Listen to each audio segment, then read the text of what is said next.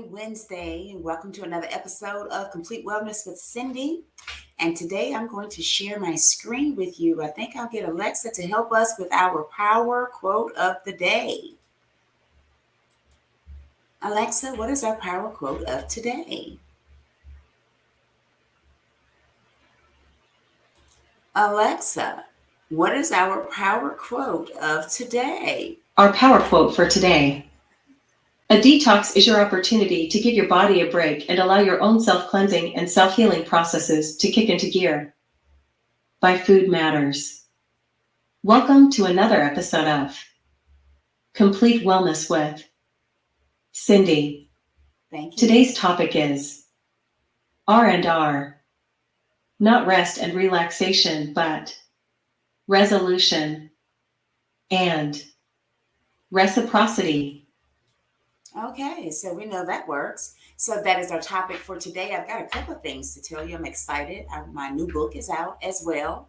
And then we're going to talk about reciprocity and resolution, the R&R, not rest and relaxation, but R&R. So we're going to talk about that. And first of all, let's just, kind of clarify some things. Some may say, what is resolution? Resolution is a firm decision to do or not to do something, the quality of being like resolute. I'm determined this is how it's going to be, or basically the way I like to look at that is I'm accepting things for what they are, Then as far as reciprocity, that's the actual practice of exchanging things with others for mutual benefits. I like to call them win-wins. So we're going to get into that today. So when you think of reciprocity and how it relates to your holistic health, your thoughts are, how does it relate? Well, it actually produces balance. You talk about, balance and work-life balance and family and businesses and all those different things that we as busy women kind of intertwine during the course of a day, a week, a month, a year. And so basically, that R&R, reciprocity and resolution, is giving us that balance. That's one of the forms that gives us balance and gives the relationships that we are a part of a sense of balance. So that's how it actually relates. Now, resolution yields like a firm decision. A lot of times you're dealing with being too hard on yourself. And I say that preaching to the choir, because sometimes we can be too hard on ourselves. Our expectations are high, our demands are high, the things that we actually want to get done, those goals, those things are high levels of stress, high levels of expectation and anxiety. And don't get me wrong, there's nothing wrong with having high expectations. But when you've, I'd say, grow or have grown to a level of resolution, you're at peace where you are. You're at peace mentally, physically, financially, spiritually. You're at peace where you are. Now, that does not mean for you to give up on your goals. Having resolution doesn't mean to give up on yourself and give up on your life. It's like, oh, woe is me. I've gained 500 pounds and it is what it is. That's not what I'm saying.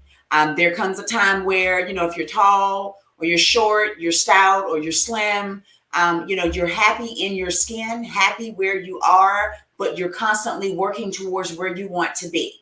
That's the type of resolution I'm referring to. As well, it does not mean to forsake your future goals. Having resolution or being resolute does not mean for you to forsake your future aspirations. It does require, however, for you to have the courage to take them, to pursue them, to follow through with them. It does, having resolution does require you to not be so hard on yourself, as I said before, and to make each day count.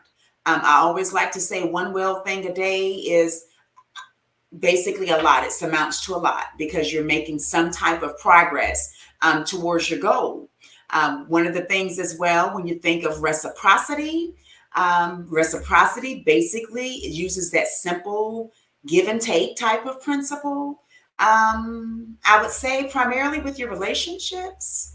A lot of times you find that one person is giving more than the other, or you'll find that the person that's on the receiving end is always receiving and never giving anything back in return. So that's where that win-win relationship comes in. It's not that you're always doing something to expect something in return, because this is one key principle that I have learned. I think this is like a universal law that I have learned. Number one, a lot of times when you're doing or giving or pouring into someone or something, you can't always look for that particular person per se to be the one to reciprocate and to give back to you. Let's just say hypothetically you help someone that's in need randomly. You may not ever see that person again, but I do believe that when you do something to help someone, you're extending a lifeline for yourself, for that person, but for yourself, it may be your generations to come. It may be your parents, it may be your kids that reap that benefit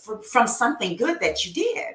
So reciprocity, when it's used in an honest way with integrity, can be, it's absolutely powerful. That's really powerful. That give or take. It's just like when you're working with teams. When the left side of the seesaw was pulling, or I'm just going to think instead of a seesaw, I saw like a tug of war rope. So let's just say you've got, your left side of your team working with the tug of war, and you've got the right side of the team, they're pulling. So you've got this little lever in the middle. I'm thinking about a little lever in the middle, and you're trying to see who's balanced, who's pulling, who's the strongest. But if you've got both sides pulling, that lever stays in the middle. That lever is that balance. It's going to stay in the middle. But when you've got one side pulling more than the other, pulling the most weight, then this side is lacking because this side is pulling more of the weight. So basically with reciprocity, you're working as a team, you're pulling, everybody's win-win, because the left side is pulling just as much as the weight as the right side is pulling, and vice versa. So that is a way where it becomes a powerful tool instead of one that works against you. Basically, you can always get more done working as a team with give and take, more so than working alone. There are some solo projects that you have to do alone before you present to a team. And, that's completely and absolutely acceptable, and it's normal a lot of times. However, that give or take, delegate, you do a little some, I do a little some, we put them both together, we've got an empire. We've got, this great edifice. Some of the benefits and forms of reciprocity, number one, and I mentioned that before, would be balance. That giving and receiving in a relationship. If you're giving more than you're receiving, you need to check that relationship. And I do mention that in my book that I'm going to talk about at the end of this broadcast. And I think that's under frenemies and foes.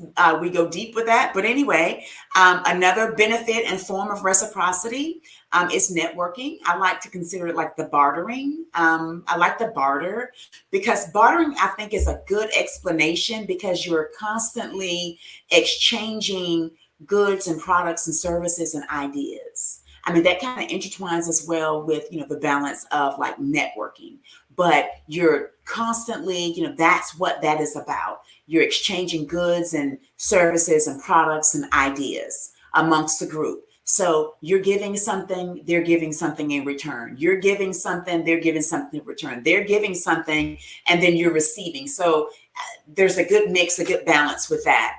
Also, I always like to talk about giving, which is of your time, talents, and treasures. Again, it goes back to that example, about helping someone in need. Sometimes, maybe a homeless person, you're helping someone in need. You may not ever see that person again, but just know that when you do things with the right intent and the right heart, that you're going to yield, reciprocate. You're going to yield some type of positive result from your giving, from your gift, from that point of reciprocity, because you did it with the right heart. But you may not be the direct recipient, number one, and two, you may not be the recipient from the person that you actually gave the assistance or help to.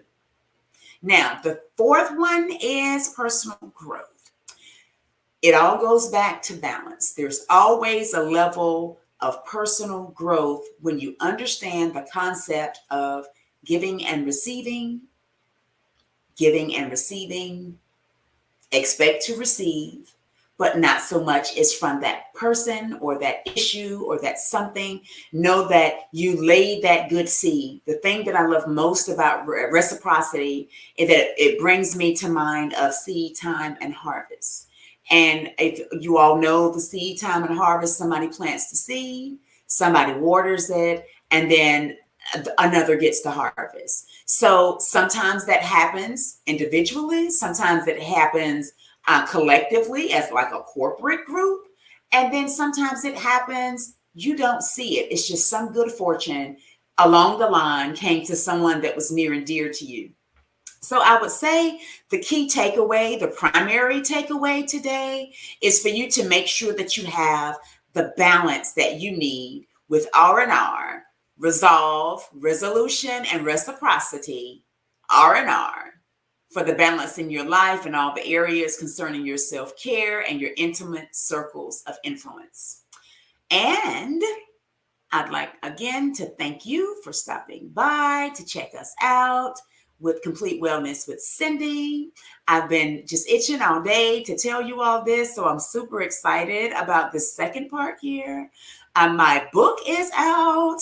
The book is out, and I was gonna put the cover up. Let's see if I can find the cover for you.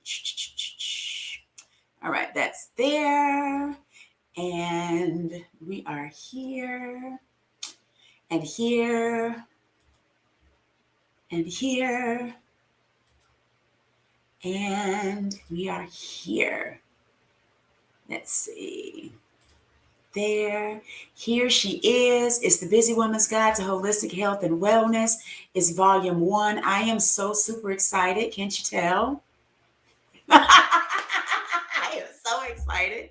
So it was published the first of this month. It's out now. I think Barnes and Nobles and the Nook and Amazon and Kindle. And I think as well, the team's getting it for an audiobook as well, so you all can be able to access it.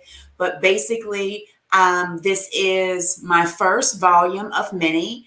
And again, it's the Busy Woman's Guide to Holistic Health and Wellness, how to fuel work-life balance without losing your power, passion, and purpose. And this one is the environment. This volume 1 is about the environment.